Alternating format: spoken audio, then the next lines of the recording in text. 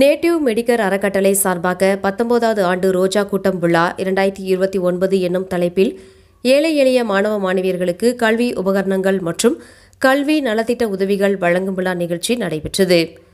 கோவை ராம்நகர் பகுதியில் உள்ள ஸ்ரீ ஐயப்பன் பூஜா சங்க மண்டப அரங்கில் நேட்டிவ் மெடிக்கர் சாரிட்டபிள் ட்ரஸ்ட் அமைப்பு தனது 19வது ரோஜா கூட்டம் தினம் விழா 2026 என்னும் தலைப்பில் கல்வி நலத்திட்ட உதவிகள் வழங்கும் விழாவினை நடத்தியது.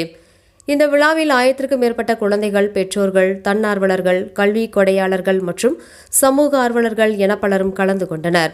கடந்த 18 ஆண்டுகளாக தொடர்ந்து நடைபெறும் இந்த ரோஜா கூட்டம் என்னும் திட்டம் நேட்டிவ் மெடிக்கர் அறக்கட்டளையின் முதன்மை திட்டமாக விளங்கி வருகின்றது. இந்த திட்டத்தின் மூலம் ஏழை எளிய மாணவர்களுக்கு கல்வி உபகரணங்கள், உதவித்தொகை மற்றும் உயர்கல்விக்கான ஆதரவும் வழங்கப்பட்டது. இந்த ஆண்டு சுமார் 1000க்கும் மேற்பட்ட குழந்தைகளுக்கு நேரடியாக பயனடைந்தனர்.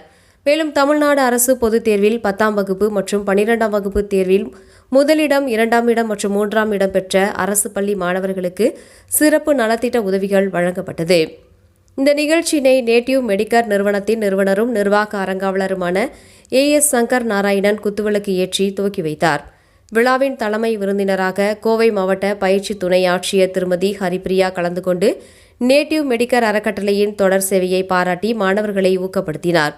தொடர்ந்து ஸ்டேட் ஸ்ட்ரீட் அமைப்பின் துணைத் தலைவர் சுதர்சன் நிகழ்ச்சியின் ஒரு பகுதியாக சிறப்புரையாற்றி மாணவ மாணவியர்களின் கல்வி இடைவெளியை குறைக்கும் இந்த திட்டத்தின் முயற்சிகளை பாராட்டினார்.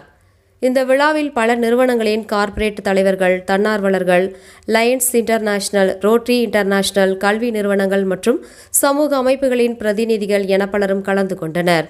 இறுதியாக நேட்டிவ் மெடிக்கர் அறக்கட்டளையின் தலைமை நிர்வாக அதிகாரி பிரபு சங்கர் நன்றி உரை நிகழ்த்தி நிறைவு செய்தார் என்பது குறிப்பிடத்தக்கது.